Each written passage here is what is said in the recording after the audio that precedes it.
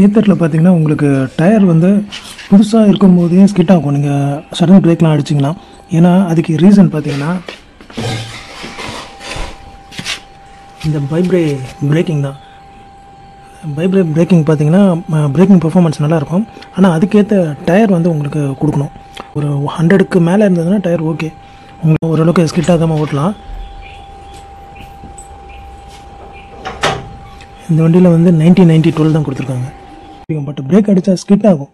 அது வந்து எதனால அப்படின்னு சொன்னீங்கன்னா, ஃபஸ்ட்டு நம்ம ஹெச்ஆர் வேரியண்ட்டுன்னு ஒன்று இருக்குது ஏத்தரில், ஹை ரேஞ்ச். ஸோ அது 3.7 kW உள்ள பேட்ரி. அந்த வண்டிக்கு உங்களுக்கு 100 சைஸ் கொடுத்துருப்பாங்க. 100/80-12 100/80-12 இது ஃப்ரண்டா இருக்கு. வாங்க காட்டுறேன். இங்க பாருங்க 90-90-12 இதே டயர் தான் ஜென் 3ல பின்னாடியும் கொடுத்துருப்பாங்க. இந்த சைஸ் தான் கொடுத்துருப்பாங்க. பட் இந்த லோ ரேஞ்ச் இந்த ஓல்டு மாடல் வண்டியிலலாம் பார்த்தீங்கன்னா உங்களுக்கு அந்த 3rd ஜென்ரேஷனுக்கு முன்ன வந்த வண்டியிலலாம் வந்து இந்த 90 தான் இருக்கும். சைஸ் கொஞ்சம் சின்னதாக தான் இருக்கும். ஸோ இந்த சைஸ் இருக்கனால உங்களுக்கு ஸ்கிட் ஆகிறதுக்கு ஒரு சான்ஸ் இருக்குது. ரெண்டாவது பாயிண்ட் என்னென்னா, ஏன் ஸ்கிட் ஆகுதுன்னா இந்த டயர் மார்க் இருக்குது பாருங்கள். இந்த டயர் மார்க் வந்து பார்த்தீங்கன்னா இதுதான் வந்து சேஞ்ச் பண்ணுறதுக்கு உண்டான டைம்.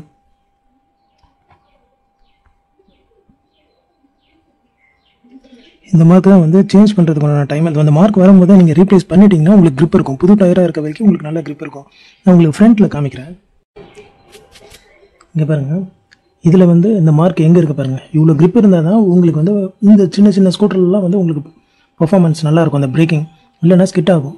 பிரேக் அடித்தா ஸ்கிட் ஆகிறதுக்கு ரீசனு இந்த வண்டிக்கெலாம் வந்து டிஸ்க் பிரேக் கொடுக்குறதுனால டயரும் வந்து அதுக்கேற்ற அளவுக்கு சப்போர்ட் பண்ணணும். பிரேக் நல்லா பிடிச்சா எல்லா வண்டியும் நின்றுடும். நிற்காமல் ஸ்கிட் ஆகுதுன்னா அதுக்கு ரீசன் வந்து இந்த டயர். ஸோ டயரும் வந்து நீங்கள் பேக்கில் வந்து அப்கிரேட் பண்ணலாம் ஒரு சைஸு. ஃப்ரண்ட்டில் வந்து பார்த்தீங்கன்னா 90-90-12 தான் கொடுத்துருக்காங்க. ஸோ இப்போ ஃப்ரண்ட்டில் ஓகே, பட் பேக்கில் வந்து நீங்கள் 100க்கு அப்கிரேட் பண்ணலாம். இந்த வீலுக்கு வந்து பார்த்தீங்கன்னா வித்துன்னு ஒன்று இருக்கும். ஸோ இந்த வித்து வந்து பார்த்தா அதுக்கேற்ற மாதிரி தான் நீங்கள் சைஸ் வந்து அப்கிரேட் பண்ண முடியும். அதுக்காக வந்து 120 சைஸ் எல்லாம் நீங்கள் ஃப்ரண்ட்டில் போட முடியாது. ஒரு 90லேருந்து ஒரு 100க்கு அப்கிரேட் பண்ணலாம் ஃப்ரண்ட்டில். பேக்கில் வந்து இந்த வண்டியில் 90 தான் கொடுத்துருக்காங்க. அதனால நீங்கள் வந்து அதுக்கும் வந்து நீங்கள் 100 தான் அப்கிரேட் பண்ண முடியும். இப்போ நான் வச்சுருக்க வண்டியில் இது ஹெச்ஆர் வேரியண்ட்டில் உங்களுக்கு எப்படி இருக்கும்னா, உங்களுக்கு இந்த அலாய் வீலோட வித்து இன்னும் கொஞ்சம் அதிகமாக இருக்கும். ஸோ அதிகமாக இருக்கும்போது உங்களால் இன்னும் ஒரு சைஸ் வந்து இன்க்ரீஸ் பண்ணி போட முடியும். இதில் 90 தான் இருக்குது. இந்த ஃப்ரண்ட் அண்ட் ரியர் ரெண்டுமே வந்து சேம் வித்து தான் இருக்கும் இந்த அலாய் வீல். ஸோ அதனால் நீங்கள் வந்து சைஸ் இன்க்ரீஸ் பண்ணிங்கன்னா 100 பண்ணலாம். ஃப்ரண்ட்லேயும் 100 பண்ணலாம், பேக்லேயும் 100 பண்ணலாம். பண்ணி பாருங்கள், உங்களுக்கு கண்டிப்பாக பிரேக்கிங்கில் டிஃப்ரென்ஸ் இருக்கும். ஏத்தரோட பழைய வண்டியோட பேட்டர்ன், அந்த டயர் பேட்டர்ன் வந்து இப்படி தான் இருக்கும். ஆக்சுவலாக டயர் பேட்டர்ன் இப்படி இருந்ததுன்னா உங்களுக்கு மைலேஜ் வரும். ஸோ உங்களுக்கு வந்து பாருங்கள் கோடு எப்படி இருக்குது பாருங்கள். இந்த மாதிரி சென்டராக இருந்துச்சுன்னா உங்களுக்கு வந்து சேத்துல இல்லை மண்ணெல்லாம் நீங்கள் போகும்போது அது என்ன பண்ணுன்னா இப்படி மண்ணெல்லாம் வந்து ஸ்ப்ரெட் பண்ணி விட்டுட்டு உங்களுக்கு ட்ரைவ் பண்ணிட்டு போயிட்டே இருக்கும். இது இந்த மாதிரி பேட்டர்ன் உள்ள டயர் பார்த்தீங்கன்னா உங்களுக்கு grip நல்லாயிருக்கும். இது பாருங்கள், சென்டராக கோடே வரல. இதில் ஃபுல்லாக வந்து நிறைய லைன்ஸ் கொடுத்துருக்கனால இந்த பட்டன்ஸ் வந்து உங்களுக்கு grip-ஆக பிடிக்கும். ஸோ அப்போது மைலேஜில் சின்ன டிஃப்ரென்ஸ் இருக்கும், கம்மியாக இருக்கும், பெருசாக இருக்காது. பட் உங்களுக்கு பிரேக்கிங்கில் வந்து பெர்ஃபார்மன்ஸ் இருக்கும். ஸோ அதுக்காக தான் அப்கிரேட் பண்ணி இந்த மாதிரி பேட்டர்னில் கொடுக்குறாங்க. இந்த வண்டியில் கோம்பி பிரேக் அது இதுன்னு கொடுத்ததுக்கு ஏபிஎஸ் கொடுத்துருக்கலாம்.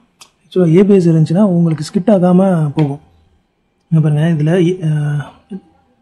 கோம்பி பிரேக் தான் கொடுத்துருக்காங்க. ஒரு பேக் பிரேக் அடிச்சிங்கன்னா ஃப்ரண்ட்டில் ஒரு பிஸ்டன் மட்டும் போகும். இந்த 3 பிஸ்டன் கேலிப்பர்னு சொல்லுவாங்க. 3 பிஸ்டன் கேலிப்பர்னால் வந்து 1, 2, 3. ஸோ இப்போ 2 பிஸ்டன் வந்து எப்போ ஒர்க் ஆகும்னா ஃப்ரண்ட் பிரேக் அடிக்கும்போது ஒர்க் ஆகும். இன்னொரு பிஸ்டன் பேக் பிரேக் அடிக்கும்போது ஃப்ரண்ட்டில் ஒரு பிஸ்டன் மட்டும் உங்களுக்கு ப்ரெஸ் பண்ணும். ஸோ அப்போது ஃப்ரண்ட்டில் வந்து பவர் கம்மியாக இருக்கும். பேக் பிரேக் அடிக்கும்போது ஃப்ரண்ட் பிரேக்கு பவர் கம்மியாக போகும்.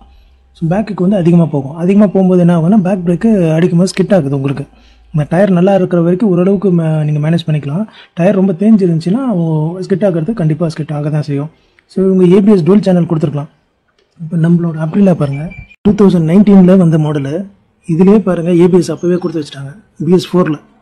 ஸோ இந்த மாதிரி ஏபிஎஸ் இருந்துச்சுன்னா உங்களுக்கு நீங்கள் எவ்வளோ பிரேக் அடித்தாலும் ஸ்கிட் ஆகாது. இதுலேயும் பைப்ரே தான் இருக்கும்.